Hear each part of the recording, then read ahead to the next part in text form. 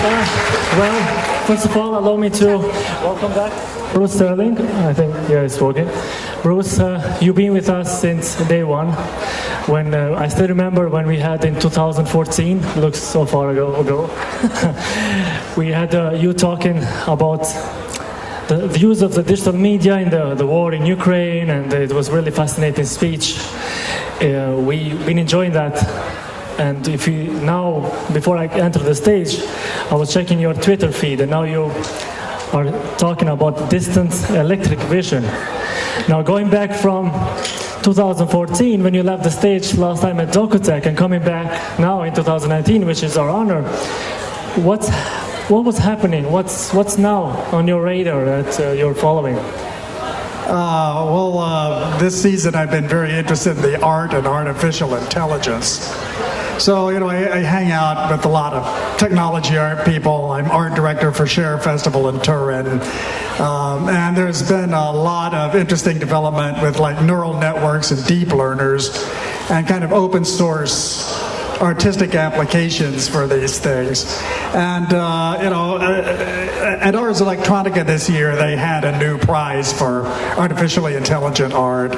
And they had like 600 entries from around the world for people trying to use these new techniques like generative adversarial networks and so forth, which were only invented in 2014, which was, the last time I was here. So there's, a little groundswell of enthusiasm for these things, and they really look different from previous kinds of algorithmic technology. I mean, I've seen speeches and, commentators about it. I mean, I'm a technology art curator and critic, so whenever I see something like this, I immediately want to know who's good at it and who's not good at it. This is like, where's the good art? And how do you even judge such a thing critically? I mean, it's like, okay, I got my artificial intelligence here and we've made some art. Okay, who's supposed to get the credit? I mean, who am I paying? And so forth. So yeah, that's become a hobby of mine, and I'm pretty up to speed on the subject.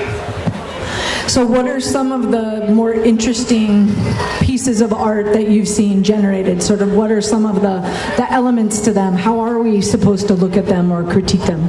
Well, you can use these techniques. I mean, there's a lot of different kinds of deep learners or machine learners or generative networks and so forth. But, the ones I find like particularly impressive, there's a record, a musical collection by a woman named Holly Herndon, Dr. Holly Herndon, which is called Proto, which is a choral record of human voices. And one of the singers is an artificial intelligence. And it doesn't have a tongue, it doesn't have a throat. It's just listening to people and like mimicking them, or it sounds like a distortion pedal on a guitar in some way. But you listen to this choral record where human beings are singing, and then there's like this other entity which just doesn't behave like, it doesn't have a throat, but it somehow has this superhumanized kind of affect. Herndon calls it the spawn. So the spawn is singing on this record. And if you've never seen this, and if you're not really interested in the technology of augmented networks, you can look on YouTube where there's a chess commentator who happens to be a Croatian guy. His name's Antonio Radic. He's known as Agad Mator on YouTube, and he's got like 500,000 followers. He's actually a pretty big YouTube chess commentator. And he commented on all the games that were played between AlphaZero, which is a neural network, and Stockfish, which is the most powerful conventional computer playing program in the world. So here you see the new technology of neural nets, deep learners, directly combating the strongest algorithmic network that there is, and either one of them can clobber any human being. They're just superhumanly powerful chess players, but really AlphaZero is like a cat torturing a mouse in these chess games. It's fantastic the way the thing demolishes this amazingly powerful machine. Stockfish is a super player, never makes a mistake, right? But Alpha Zero just sucks the air out of the room in a way it's sinister. It's like it removes the ability of the enemy to make any effective move whatsoever. So, if you're aware of chess, even if you're not a programmer, and you watch a few of these chess games, I think they will make a believer out of you. I mean, they're really impressive to see.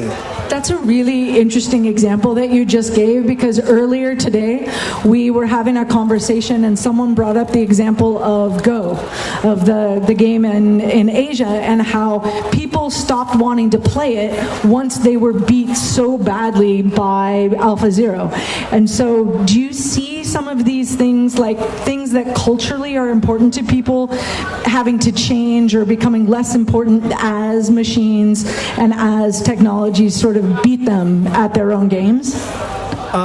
Yeah, I think that's true. I mean, I think a lot of Go players had their hearts broken when, when Alpha Go, which is the sister of Alpha Zero, just started relentlessly crushing human beings. Because it wasn't like the very slow process of computers defeating human beings. No, this thing just sort of came out of Oz, and it's just like a light year beyond any human player. And yeah, that's humiliating, but it's also sort of like wondering why people will stop writing letters by hand and just send email or text messages. And yeah, there's a cultural loss there. When it's like, my boyfriend never wrote me a love letter. It's like, look at my grandmother's love letters. It's like, yeah, I mean, there's a sadness to this. But on the other hand, if you want to get involved in deploying these systems and using them creatively to do things that no human being's ever done before, there are actually new opportunities to do stuff. So we can be sad that we only have text messages from our boyfriend or girlfriend, but then compared to the letters, but still be happy that there's these other things that are available and coming now. I think there's always been a moral panic associated with artificial intelligence, and people are always afraid that they're too much like us and they're going to take away our stuff, right? But when you get into the tall weeds there's a whole lot of different ones, and the ones that are probably going to have the most impact are 50-cent little chippy things that you glue into. I mean, the world's best-selling artificial intelligence product is, an image groomer in Chinese cameras that makes selfies look prettier. I mean, everybody has that. So you wouldn't really think of them as being a cosmetic set, but that's what they are. But, the downside of the ability of a machine to make you look prettier is the ability of a machine to let the Chinese government spy on you, as we just saw. I mean, it's a facial recognition app, right? And facial recognition apps are not smart. I mean, you could build one for 50 cents. It just maps a few points on your face, and it contacts a database that has all the faces in it, right? So it's not like there's a super intelligence that knows everybody's face in the world. No, what there is are gigantic databases of faces, and then somebody bolted on some cheap Chinese piece of junk that just weeds people out and sort of sends alarms to the cops or to, whomever. And, that's a very potent and scary and rather dystopian sounding technology. But, people who are into that, point out some upsides there. It's like, it looks at every face.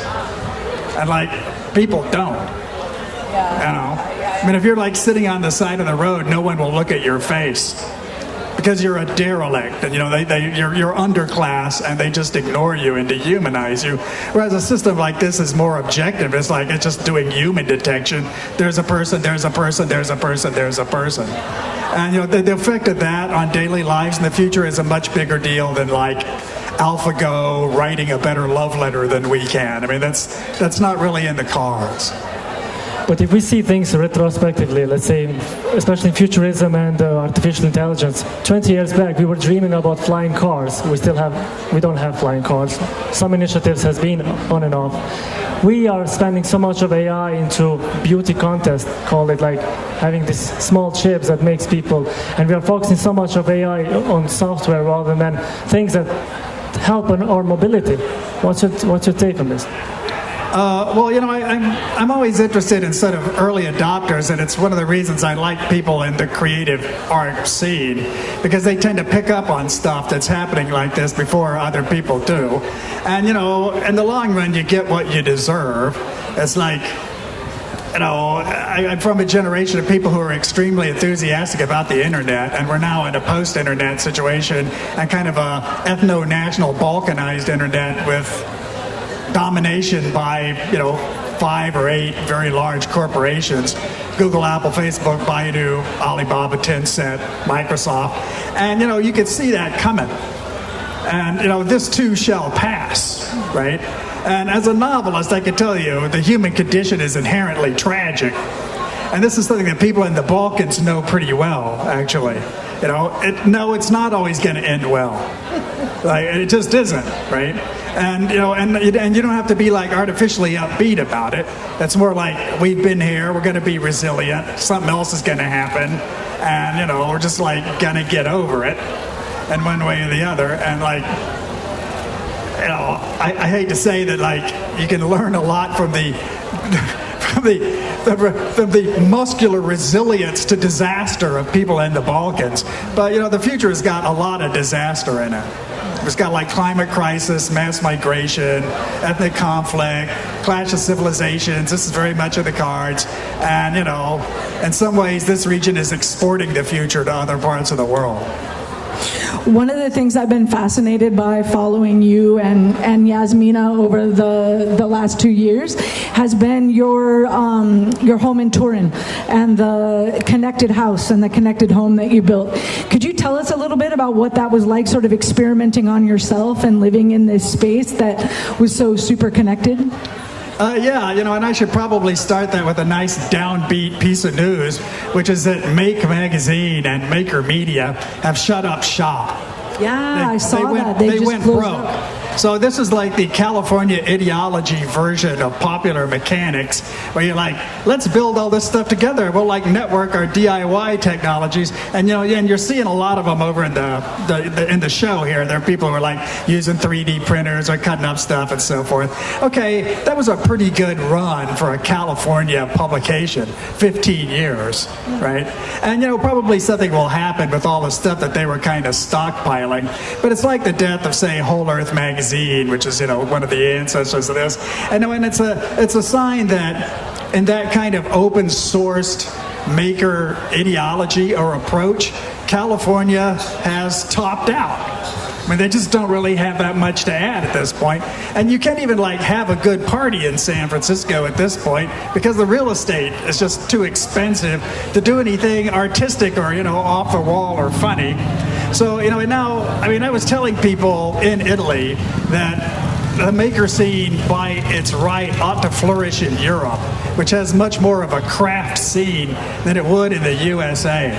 So, it's bad that they have come a cropper, but there's also now like a power vacuum there for somebody else who could sort of say, well, we have this approach and we could like do this other stuff, and we've come up with a better business model.